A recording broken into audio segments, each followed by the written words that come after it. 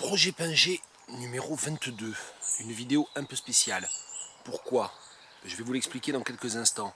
Et ce qui compte surtout, d'autant qu'aujourd'hui il n'y aura pas du tout de montage, donc pas de titre, d'intertitre, etc. C'est qu'aujourd'hui nous sommes le 19 juillet 2019.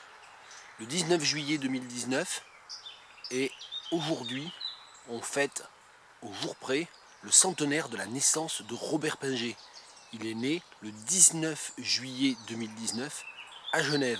Alors j'espère que je pourrai télécharger cette vidéo, car il y a 2 mois maintenant que je n'ai pas fait de vidéo. La précédente était consacrée à la pièce de théâtre Architruc, c'était le 20 mai, donc ça fait presque 2 mois. Elle a été vue une quinzaine de fois. Et depuis, j'ai beaucoup travaillé, et puis je me suis aussi un petit peu dépris du projet Pinget, ce qui n'est pas bien. Il va falloir que je m'y remette. Et dans ces carnets du projet Pinget, aujourd'hui ça n'est pas une vidéo monographique, ça n'est pas une vidéo consacrée à un des livres ou à la relecture d'un des livres de Robert Pinget. Et dans ce projet, je dois aussi me donner des coups de pied aux fesses, me botter les fesses, et du coup, le dire ici, il faut que je m'y remette. Alors pour ce centenaire de la naissance de Robert Pinget, je suis, j'allais dire, au fin fond de la Bretagne. Non, je suis au cœur de la Bretagne, dans un petit village qui s'appelle Noyal-sous-Bazouges.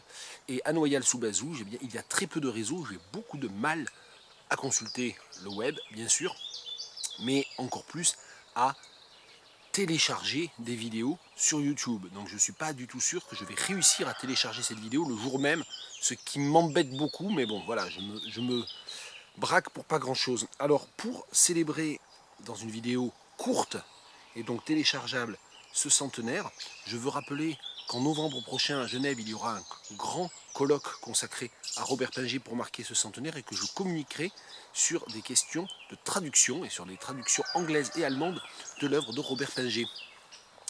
Je veux aujourd'hui juste citer ce livre que j'ai lu très récemment, que j'ai fini de lire en fait ici à Noyal en début de semaine. J'avais emprunté à la BU de Tours le dernier livre de Dominique Mince, L'île lisible, qui est la suite de Mes langues au sel, que j'avais acheté pour cette fois-ci, et qui est sorti en 2016, je crois. Et donc, L'île lisible de Dominique Mince, à la page 100, comme l'anniversaire de Robert Pinget aujourd'hui, eh bien à la page 100, vous le croirez pas, nous avons croisé l'ennemi Robert Pinget. Non, je me trompe. C'est reparti. 1, 2. Nous avons croisé l'ennemi, Pinget, figure attendue à chaque reprise. Il s'est fort heureusement trouvé que l'ennemi en question ne s'est pour cette fois pas avancé masqué de mystère. Les périodes d'agitation sociale ont cela de bon que l'ennemi paraît dégoulinant de la brutalité qu'il oppose à la moindre tentative critique. Sa fausseté resplendit. Elle fait cette belle lumière qu'un jour nous avons vu jaillir des échanges entre Voltaire et l'infâme Palissot.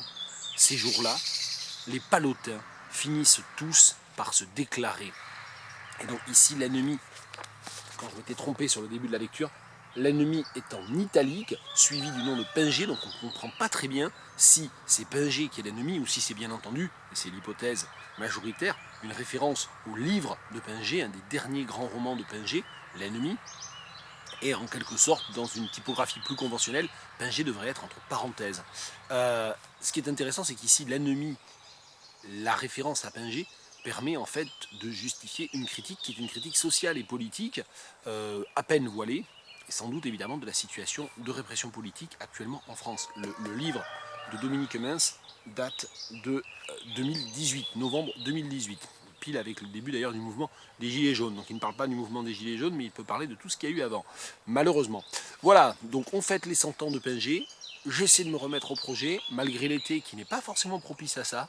Mais voilà, c'est pour dire qu'en tout cas, il fallait une vidéo pour marquer le jour précis du centenaire, avec les chants d'oiseaux, les coqs, le coq et le clocher de l'église que vous entendez peut-être. Allez, on essaie de s'y remettre.